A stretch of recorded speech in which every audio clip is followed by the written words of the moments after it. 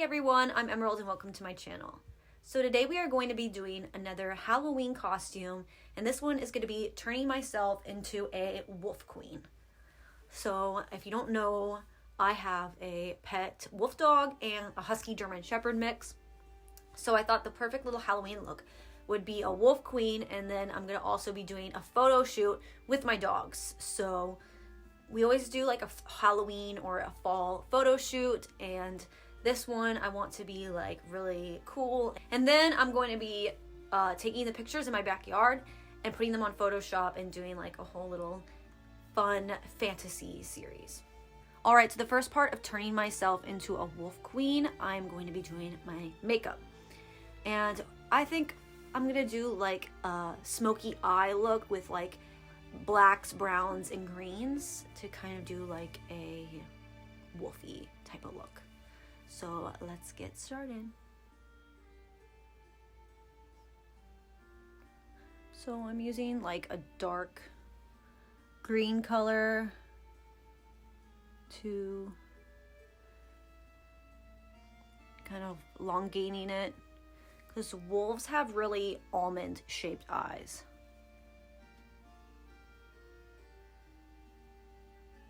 Oh wait, I'm used to doing it in a mirror. I don't know why. I'm just gonna do it on camera.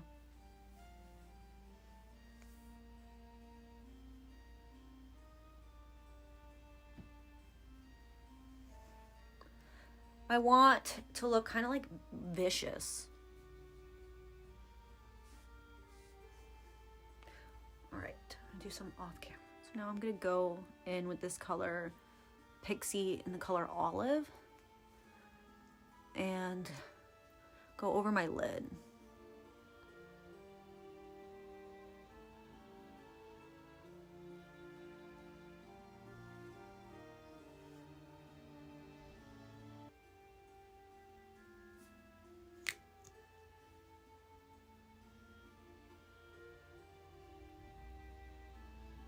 A little bit under. Oh. Oh shit. Oops. Oh my god. Fuck.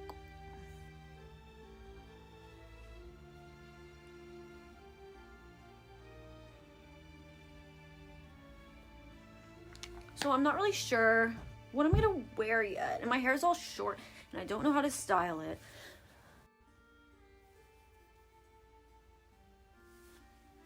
I don't know. I don't know if I love it or not. I'm supposed to be a werewolf queen, and so I wanted to do the eyes like the shape of a wolf.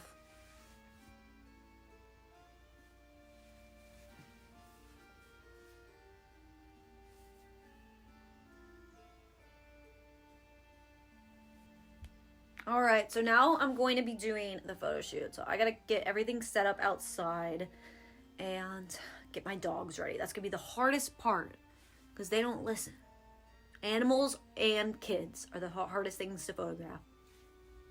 Let's go. Well, I was about to do the photo shoot, but all of a sudden it got really hot. It was like cold this morning, so the dogs are not gonna want to just sit out there and pose. They don't want to do that anyway. Like lipstick everywhere. I have like 1,000 pounds of makeup on. And now I just have to wait for it to get a little bit colder and later in the day without. Also, like there's like planes keep flying by. It's like a air show this weekend or some shit, and it is so loud. That was the air conditioning. But it's really, really loud, and I don't even want to sit out. I don't even go outside.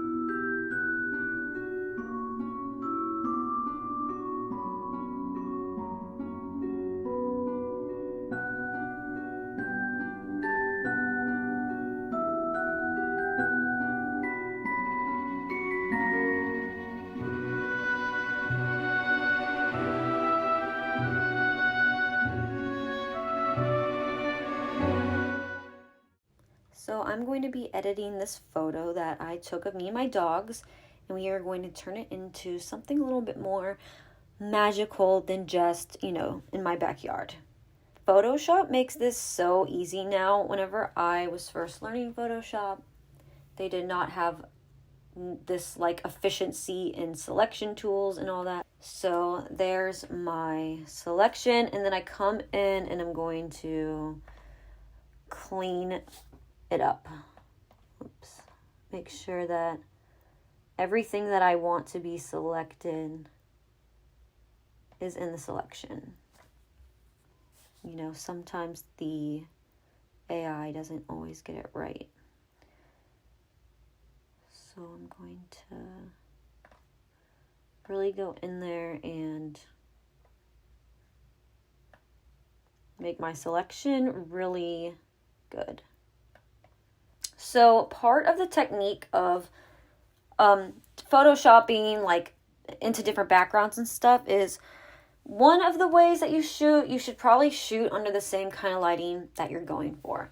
So for this whole shoot, I wanted to look like we were in a magical enchanted forest or a dark forest, just forest themed. So I took photos under trees so that you could get that dappled lighting. It's hard to replicate a certain lighting that you want. So you should already kind of shoot in that lighting, and you can change, you know, the tones and colorings and all that post-production. But to get that shadowing and contrast and everything, you kind of want that in camera. So this was pretty close to the lighting that I wanted. Luckily in Photoshop you can do all kinds of things now. This is us howling. All right, so I have a pretty good selection. All right, so normally I would feather or mask my selection, but with this generative fill, I learned that it's better to not do that, because then the generation kind of goes through the feathering. That makes sense to people who use Photoshop. Anyways, you want to inverse your selection, because I want to do the background and not, you know, me and the dogs. That's going to remain just like that. I'm going to use the new AI generative fill in Photoshop. This is still in the demo mode. So basically, here you go. You're going to write a prompt of what you want in the background. So I'm going to start with dark forest. We're going to start there and see how it goes. You don't always get like the perfect background the first try. Sometimes it takes quite a few tries and some more working with Photoshop. All right, let's see how it did. So over here, you can see that there's different variations of the photo. Here's what it came up with. See how sometimes the Photoshop will go into the photo. You obviously you don't want that. Oh, actually, I totally forgot a step. So what I do is I go back to the history. I always have my history showing, because you can go back to like your selection. And before I inverse it, so this is what I do. I make a new file, just a random file like this. And I'm going to move this selection to there. Because the AI is so finicky and it can go into my actual picture that I don't want photoshopped, I don't want manipulated. All right, so I went back to the inverse. I keep this over here so that I can put it back on the photo. I'll show you the whole process. All right, so here is back to that.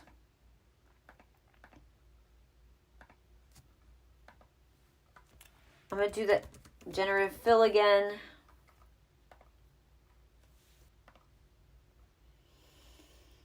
Okay. Not kind of the background I'm going for. And you see how it can kind of mess up me? That's actually all right, because that's why I kind of like that one. What do we think of this background? Just think of the background and not like me being messed up. So what I do is I take that selection that I already had and I'm going to put it back. Okay. And I'm going to put it back here, and I'm going to put it basically exactly where I am. So I'm a whole new layer. As good as we can get it. And even though there's, you know, okay, so I'm going to zoom in a little bit. So basically all that stuff in the background, I'm going to erase. So here's the layer. Here's the original layer. Maybe I should do a little bit more over. You want to get it pretty close to you don't have to manipulate it too much. So that's the first layer. Now you want to go down to the photoshopped layer.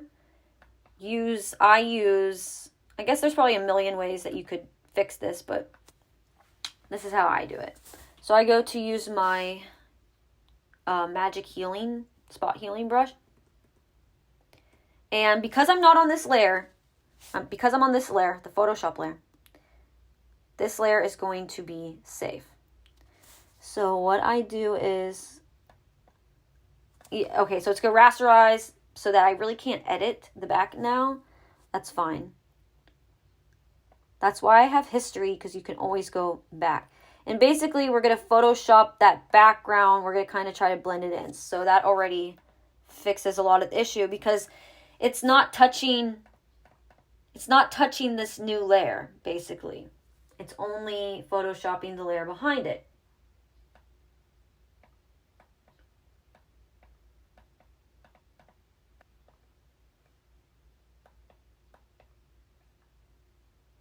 All right, I think that is all from like creeping out behind. Let's do a zoom out. All right, so now what I like to do is, so I like that. I think it looks pretty realistic, except it needs a little bit of shadowing. So what I do is I use the paintbrush tool in a kind of a lower opacity. Once again, eyedropper tool to get the color. So making the paws kind of blend in. Oh yeah, shit. I have to be on the correct layer. Make sure you're on your, make sure you're on the second layer for that. And I kind of want to make some shadows because I don't want them to look cut out. I want them to look like they're just natural in the environment. This is kind of, I guess, you kind of just have to have an eye for how shadows lie in photography. Oh yeah, fun fact, I have a BFA, a Bachelor of Fine Arts, with a concentration in photography. So I did, go to art school. An important part of when you're photoshopping something into a different background that you didn't actually take the picture in is coloring and lighting. And so for a very quick version of this, I'm just going to be doing, this is a photo layer. I don't want it to go over the entire thing. I want it to go over just the cutout part, and I don't want it to be warm. I want it to kind of